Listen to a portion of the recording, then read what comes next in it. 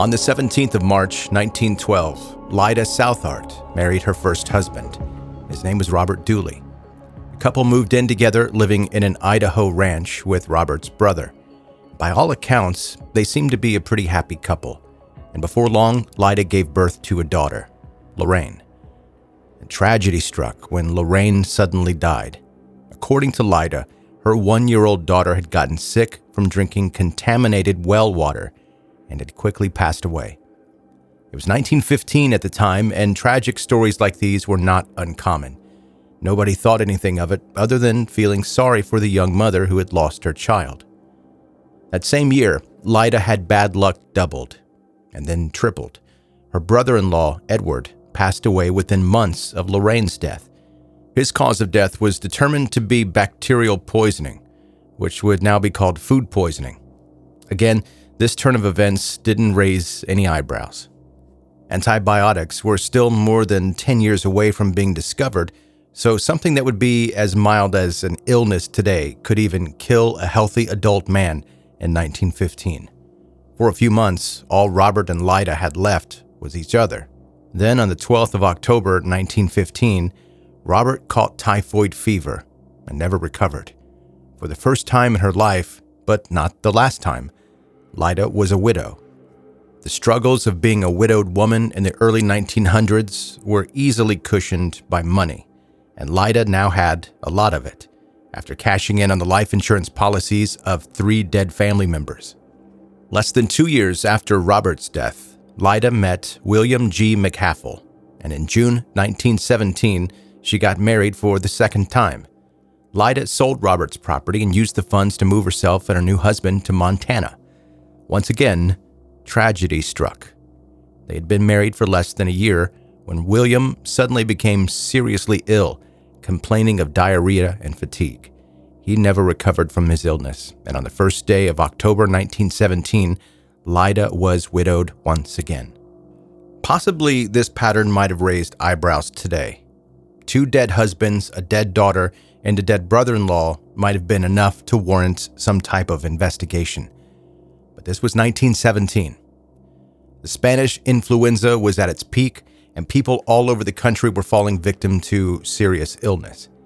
There were more dead bodies than there were doctors to carry out an autopsy, and William became just another statistic. His cause of death was recorded as diphtheria and influenza, and nobody thought to look into it any further, apart from Lyda, who was quick to cash in on her dead husband's life insurance. At this point, the story sounds eerily familiar with another serial killer story from the late 1800s, H. Holmes. In 1919, Lyda married again. Just like her marriage to William McHaffel, the union lasted just months. Lyda's new husband, a car salesman named Harlan Lewis, started experiencing the same symptoms that William had just a couple of years prior. His cause of death was determined to be gastrointestinal infection, and, more importantly, he had a hefty life insurance policy, 10 times greater than William's. Lyda pocketed $5,000 and set off to find her next unfortunate husband. Now referring to herself as Anna Mae, and still using her dead husband's last name, she started dating a local man named Ed Meyer. Ed was perhaps the most unlucky of Lyda's husbands. He only survived 1 month of marriage before dying suddenly. While Lyda's string of suspicious marriages continued, only one person was paying attention to the fates of her husbands. Earl Dooley, a relative of Lyda's first husband Robert, didn't believe her story for a second. He was a chemist, and he had suspicions about the real cause of death, and he intended to confirm them himself. Earl traveled to the farm where Lyda and Robert had lived and scooped up a sample of the soil from the area where Robert had supposedly died. It's not clear whether Earl had truly expected to find answers in the soil sample. Years had passed since Robert's death, and there were plenty of ways to kill a person that would never be detected in the soil. Regardless, he got lucky. The soil sample tested positive for a poison. To confirm his findings, he got another chemist and a nearby physician to look at the results. Both of them agreed that the soil contained large amounts of arsenic. As a chemist, Earl knew all about arsenic poisoning. He knew that the symptoms, diarrhea, Abdominal cramping and weakness perfectly mimicked the symptoms of other illnesses: gastroenteritis, which had killed Harlan Lewis, typhoid, which had killed Robert Dooley, and diphtheria, which had killed William McCaffell. Even though all of Lyda's husbands had been determined to have died from different causes of death, they'd all experienced the same symptoms, and every one of those symptoms could be caused by arsenic poisoning. Earl knew that if you wanted to secretly kill somebody, arsenic was an easy way to get away with it. It didn't have any of the bitter taste or smell of other poisons, and it could be easily concealed in a glass of water, stirred into a meal, or something like that. One of the easiest ways to get your hands on the poison without suspicion was by boiling or soaking sheets of flypaper, which contained large quantities of arsenic. With test results in hand, Earl went straight to a prosecuting attorney, Frank Stephen. And Frank was concerned about the findings and ordered Robert Dooley's body to be exhumed and then tested for the poison. The results came back quickly. Robert had consumed an amount of arsenic that would be fatal to 5 grown men. This was more than enough evidence to arrest Lyda, but when a sheriff arrived at her property, there was no sign of her. However, Lyda had failed to hide an incredibly incriminating piece of evidence. Inside her home was a large barrel full of water and flypaper. She was already preparing for her next dose of poison. With Lyda still unable to be tracked down, there was time to exhume more bodies. The rest of her husbands and brother-in-law all tested positive for arsenic. In fact, the only potential victim who wasn't clearly poisoned was Lyda's daughter, Lorraine.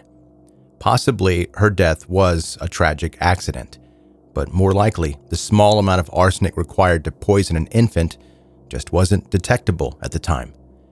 8 months after her last husband, Ed, was murdered, authorities finally tracked Lyda down. Incredibly, she had once again gotten married. Her husband, Paul Southard, was an officer in the Navy.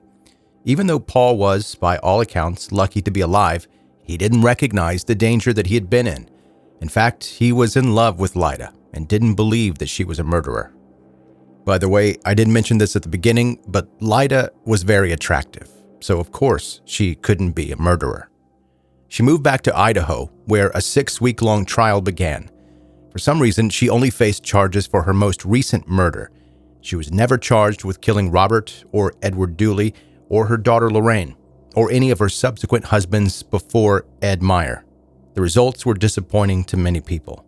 Lyda was only convicted of 1 count of second-degree murder and received a minimum sentence of 10 years behind bars. Nobody was more disappointed than Lyda's most recent husband, Paul. After the guilty verdict, the reality of the situation began to sink in, and Paul made the incredibly wise decision of filing for divorce, becoming the first of Lyda's husbands to survive their marriage. Prison didn't reduce Lyda's ability to charm men. A prison guard became infatuated with Lyda and smuggled in extra bedding and a table at her request. She wrote letters to another inmate, David Minton, who also fell in love with her. After David was released from prison, Lyda sawed the bars of the window off of her cell and used the extra bedding to lower herself to the ground where David was waiting. David quickly became aware that he was used by Lyda when she left him to marry a rich widow, her 6th husband. As revenge, he turned Lyda in. And it was just as well. Shortly after she moved in with her new man, his mother caught a mysterious illness and passed away. Before she had time to commit yet another murder, Lyda figured out that authorities were onto her. She ran away to Kansas and tried to disguise herself by dyeing her hair, but police soon apprehended her. Her second stint in prison was also a short one. After being paroled, she was issued a full pardon. This left Lyda a free woman, and what else was she going to do but get married again? Her next husband, Hal Shaw, was married to Lyda for 2 happy years before he mysteriously vanished. To this day, nobody knows what happened to Hal. Lyda died in 1958 after having a sudden heart attack, and she was buried near not 1, but 2 of her murdered husbands. Her autopsy showed that her entire body was completely hairless, a side effect of spending so many years being exposed to large amounts of arsenic.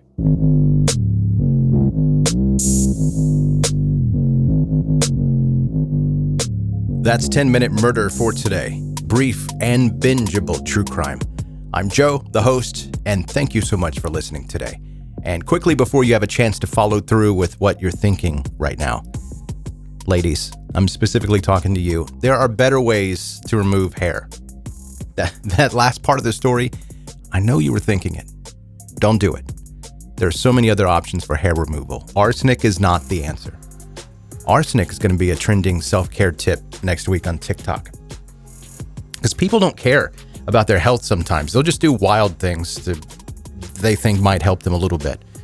All right, so if this is your first time listening to 10-Minute Murder, I hope you enjoyed the episode.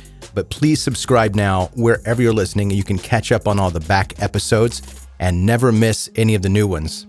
Connect with me on social media. See the visuals of what we're talking about here in the podcast. It's never anything gross and graphic, but just faces and places that you hear about here on the show. And if you like this episode, please leave a rating and review on Apple or any place that's possible. Your positive feedback helps this show grow so much. Go to 10minutemurder.com for all things related to 10-Minute Murder. Thank you for listening. And FYI, Flypaper no longer contains arsenic. Good night.